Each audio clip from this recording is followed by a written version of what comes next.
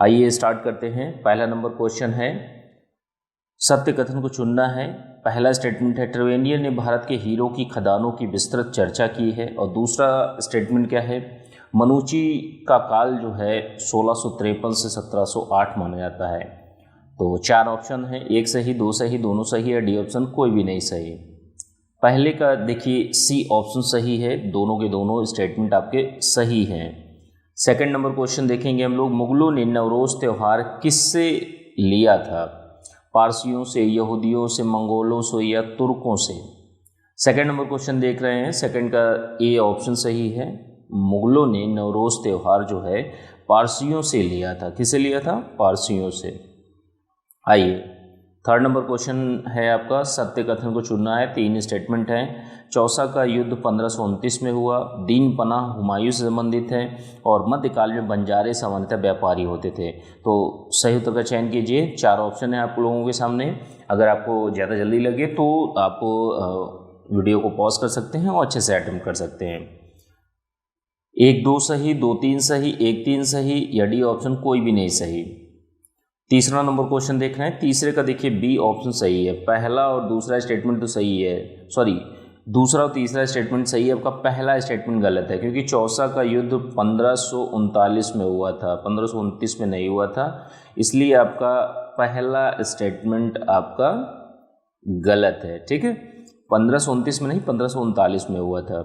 आइए अगले क्वेश्चन में हम लोग चलते हैं। चौथा नंबर क्वेश्चन है, किस सिख गुरु ने गुरुमुखी प्रारंभ की थी? गुरु अमरदास, गुरु रामदास, गुरु हरिराय या डी ऑप्शन गुरु अंगद? चौथा नंबर क्वेश्चन है। चौथे नंबर क्वेश्चन का सही उत्तर का चयन कीजिए आप लोग। चौथे का देखिए डी ऑप्शन सही है।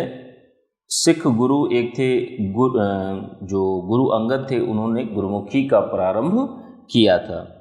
आइए अगले क्वेश्चन में हम लोग चलते हैं। पांचवा नंबर क्वेश्चन है आपका, सत्य कथन को चुनना है। दो स्टेटमेंट है आपके। पहला स्टेटमेंट है आपका, खालसा पंथ की शुरुआत 1699 में हुई थी, और सेकंड स्टेटमेंट है आपका, बंदा बहादुर का मूल नाम हरनाम दास था। तो एक सही, दो सही या दोनों सही या डी ऑप्शन कोई भी नहीं सही। पांचवा नंबर क्वेश्चन देख रहे हैं। पांचवें का सही उत्तर का चयन कीजिए आप लोग। तो देखिए पांचवें का ए ऑप्शन सही है। ए का मतलब हो गया पहला स्टेटमेंट तो सही है, दूसरा स्टेटमेंट आपका गलत है। बंदा बहादुर का मूल नाम हरनाम नहीं था। बंदा बहादुर का मूल नाम जो था वो लक्षण देव था, लक्षण देव। ठीक है, लक्षण देव नाम था। आइए छठवें नंबर क्वेश्चन में हम लोग चलते हैं। शिवाजी ने मुगलों को किस युद्ध में हराया था? पुरंदर, रायगढ़, सलहर या शिवनेर? सिक्स नंबर क्वेश्चन है। सिक्स का सही उत्तर का चयन कीजिए आप लोग, जल्दी से बताइए। सिक्स का देखिए सी ऑप्शन सही है। सलहर के युद्ध में शिवाजी ने मुगलों को हराया था। आइए अगले क्वेश्चन में चलते हैं। सातवां नंबर क्वेश्चन है आपका, सत्य कथन को चुनना है, राइट स्टेटमेंट को चूज करना है। पहला स्टेटमेंट क्या है, मिजोरम की सीमा बांग्लादेश से नहीं लगती है, और सेकंड स्टेटमेंट है आपका, सतलज नदी एक सदा नीरा नदी है। तो एक सही, दो सही, दोनों सही या डी ऑप्शन कोई भी नहीं सही। सातवां नंबर क्वेश्चन देख रहे हैं। सातवें का सही उत्तर का चयन कीजिए।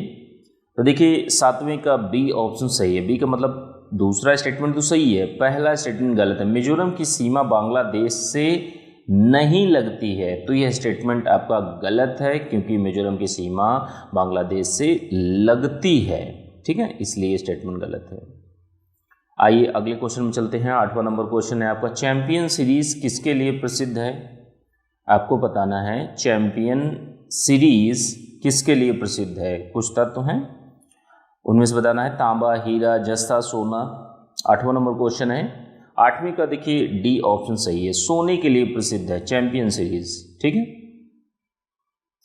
आइए नौवां नंबर क्वेश्चन है आपका, सत्य कथन को चुनना है, राइट स्टेटमेंट को चूज करना है। पहला स्टेटमेंट है, भारत में नदियों की कुल 113 बेसिन है।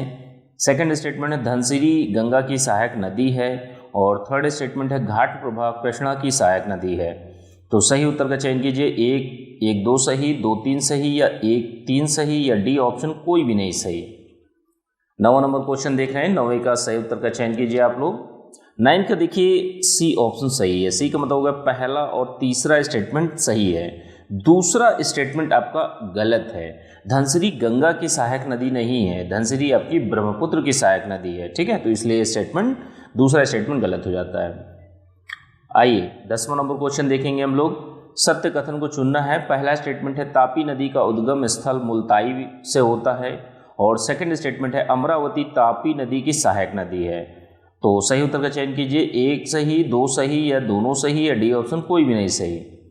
10वीं का देखिए सी ऑप्शन सही है आपका, 10वीं का सी ऑप्शन आपका सही है, दोनों के दोनों स्टेटमेंट सही है। आइए 11वें नंबर क्वेश्चन में देखते हैं हम लोग। काराकोरम पर्वत में कौन सा हिमनद स्थित है? बियाफो, पीर पंजाल, कंचनजंगा, ऑप्शन डी इनमें से कोई नहीं। 11वां नंबर क्वेश्चन है, 11वीं का सही उत्तर का चयन कीजिए आप लोग। 11वीं का ए ऑप्शन सही है, बियाफो, ठीक है, ऑप्शन ए बियाफो। दोस्तों 20 में से जितने भी प्रश्न आप लोगों के सही होते हैं उनको कमेंट करके आप लोगों को, सभी लोगों को बताना है कि कितने प्रश्न आप लोगों ने सही किए। आइए अगले क्वेश्चन में चलते हैं हम लोग। 12वां नंबर क्वेश्चन देखेंगे।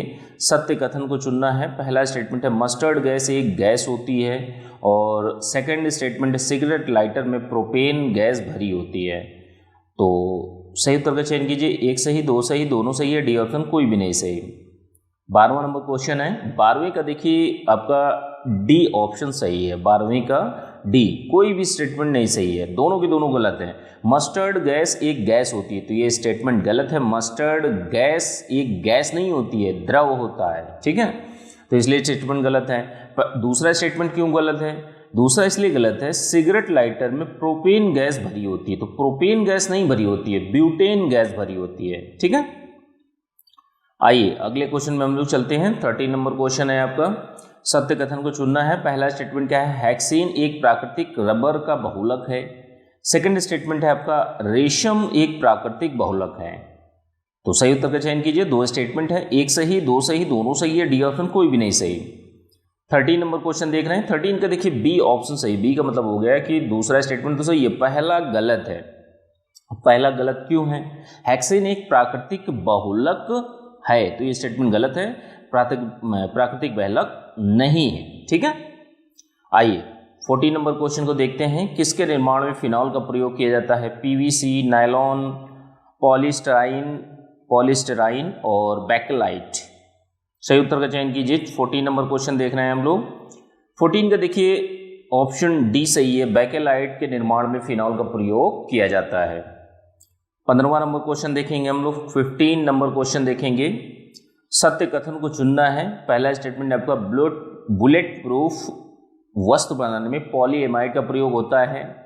सेकंड स्टेटमेंट टेफ्लॉन एक फ्लोरोकार्बन है, और थर्ड स्टेटमेंट है कैप्रोलैक्टम एक पॉलीमर नहीं है। तो 1 2 सही, 2 3 सही, या 1 3 सही, या डी ऑप्शन तीनों सही। 15वां नंबर क्वेश्चन देख रहे हैं। 15वें का सही उत्तर का चयन कीजिए आप लोग। देखिए 15 का डी ऑप्शन सही है, तीनों के तीनों स्टेटमेंट आपके सही है, ठीक है। आइए 16 नंबर क्वेश्चन देखेंगे हम लोग। न्यायिक समीक्षा की उत्पत्ति किस देश में हुई? ब्रिटेन, अमेरिका, जापान, रूस। 16 का देखिए बी ऑप्शन सही है, अमेरिका में हुई है न्यायिक समीक्षा की, जुडिशियल रिव्यू की।